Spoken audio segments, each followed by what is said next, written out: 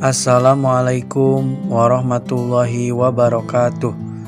Perkenalkan, nama saya Ahmad Fahmi Abdullah, calon guru penggerak Angkatan 10 Kota Bekasi.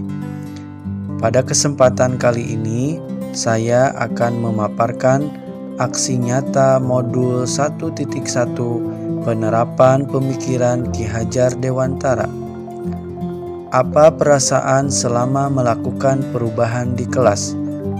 Selama mengikuti pendidikan guru penggerak pada modul ajar 1.1, saya merasa pembelajaran yang sebelumnya dilakukan saya anggap benar jika anak sudah bisa patuh, sudah bisa menghafal, berhasil mengikuti ujian, sudah mempelajari semua konten materi, mendapatkan nilai bagus, anak dapat cara dan pendekatan yang seragam, dan semua kendali ada pada guru. Padahal pembelajaran yang harus dilakukan oleh guru kepada anak dengan melatih kemandirian, siap menghadapi tantangan, memberikan pengalaman bermakna dan menyenangkan. Selain itu, melatih kompetensi, keterampilan dan daya nalar serta kreativitas, dan anak juga harus terlibat dalam mengatur proses dan penilaian belajar. Kemudian, saya mendapatkan banyak penguatan dan ilmu tentang pemikiran Ki Hajar Dewantara, sehingga saya harus memperbaiki pembelajaran yang telah saya lakukan.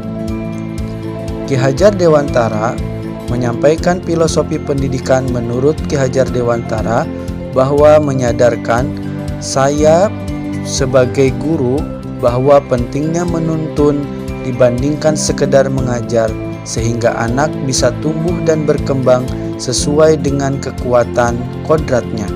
Kemudian anak dapat memperbaiki laku hidup dan tumbuhnya kekuatan kodratnya. Pada proses menuntun, saya harus memberikan kebebasan dan teladan dalam memberi tuntunan dan arahan agar anak tidak kehilangan arah dan membahayakan dirinya, sehingga anak menemukan kemerdekaan dalam belajar. Apa ide atau gagasan yang timbul sepanjang proses perubahan? Saya akan menerapkan merdeka belajar, mengubah metode pembelajaran yang berpihak pada anak, salah satunya dengan pembelajaran diferensiasi. Proses pembelajaran yang berdasarkan kebutuhan dan kesiapan anak. Apa praktek baik yang pernah saya lakukan? Saya akan melakukan aksi nyata dengan melakukan 3 tahap. Yang pertama perencanaan, yang kedua penerapan, dan yang ketiga refleksi. Perencanaan saya melakukan langkah yang pertama, diskusi dengan teman sejawat bagaimana upaya terbaik untuk memberikan pembelajaran yang bermakna kepada peserta didik. Yang kedua, saya menyiapkan perangkat pembelajaran, yaitu modul ajar yang berbasis pada peserta didik.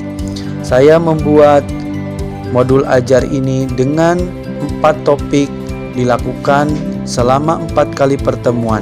Setiap pertemuan dilakukan asesmen dan refleksi, serta ada kegiatan lembar kerja yang dilakukan oleh peserta didik. Penerapannya di dalam kelas, setiap pertemuan melakukan asesmen awal, melakukan ice breaking sebagai pengkondisian kelas, dan menyepakati tujuan pembelajaran, bentuk bukti asesmen, proses penilaian yang ini dilakukan oleh peserta didik. Kemudian memberikan pertanyaan pemantik, melakukan diskusi kelompok, melakukan kegiatan literasi, melakukan presentasi dan umpan balik, serta melakukan refleksi pembelajaran. Berikut ini adalah video pembelajaran yang dilakukan oleh peserta didik dengan melakukan pembelajaran yang diawali dengan kegiatan asesmen awal, ice breaking, menyepakati tujuan pembelajaran, bukti asesmen, proses penilaian yang dilakukan. Kemudian di dalam kegiatan kelompok mereka melakukan diskusi yang terus saya dampingi dengan memberikan umpan balik yang berkelanjutan.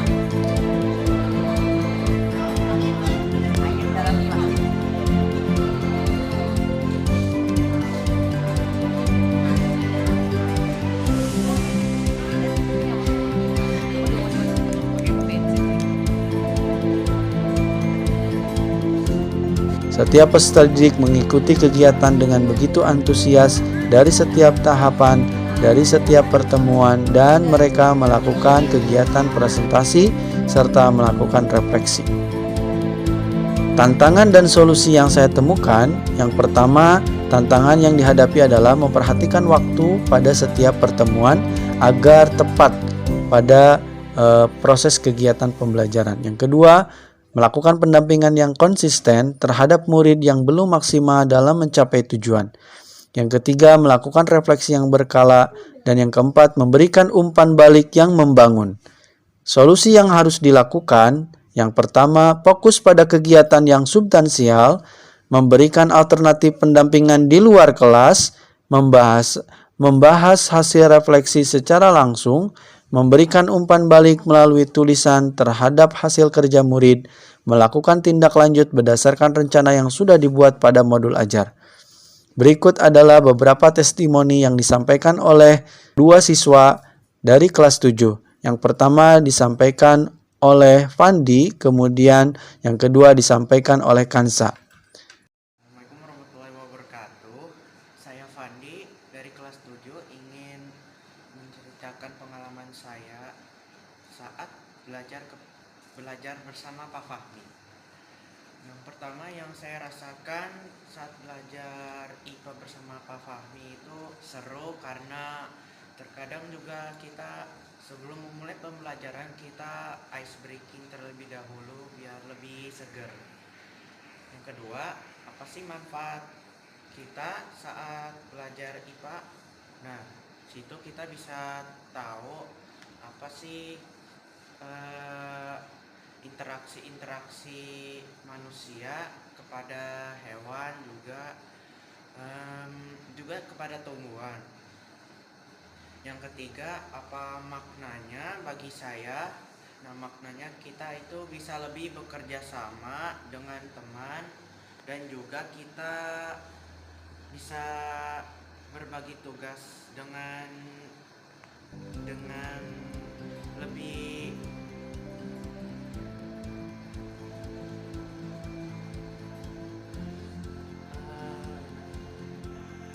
Assalamualaikum warahmatullahi wabarakatuh. Waalaikumsalam. Oke, nama saya Kansa Zara dari kelas 7.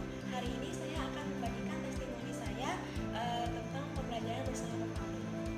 Yang pertama, perasaan saya ketika belajar dengan Pak Fahmi adalah senang karena sebelum kita mulai pembelajaran pastinya ada ice breaking. Nah, ice breaking itu seru-seru.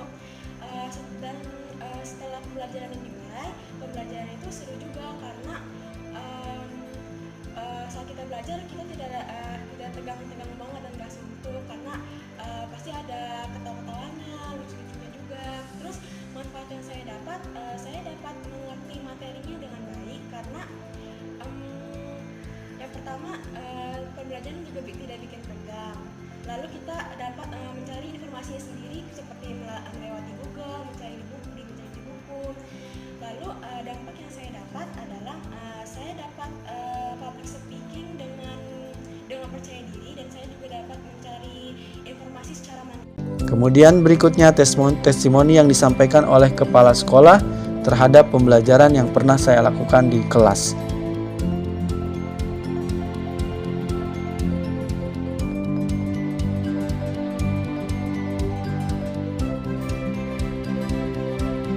Terima kasih.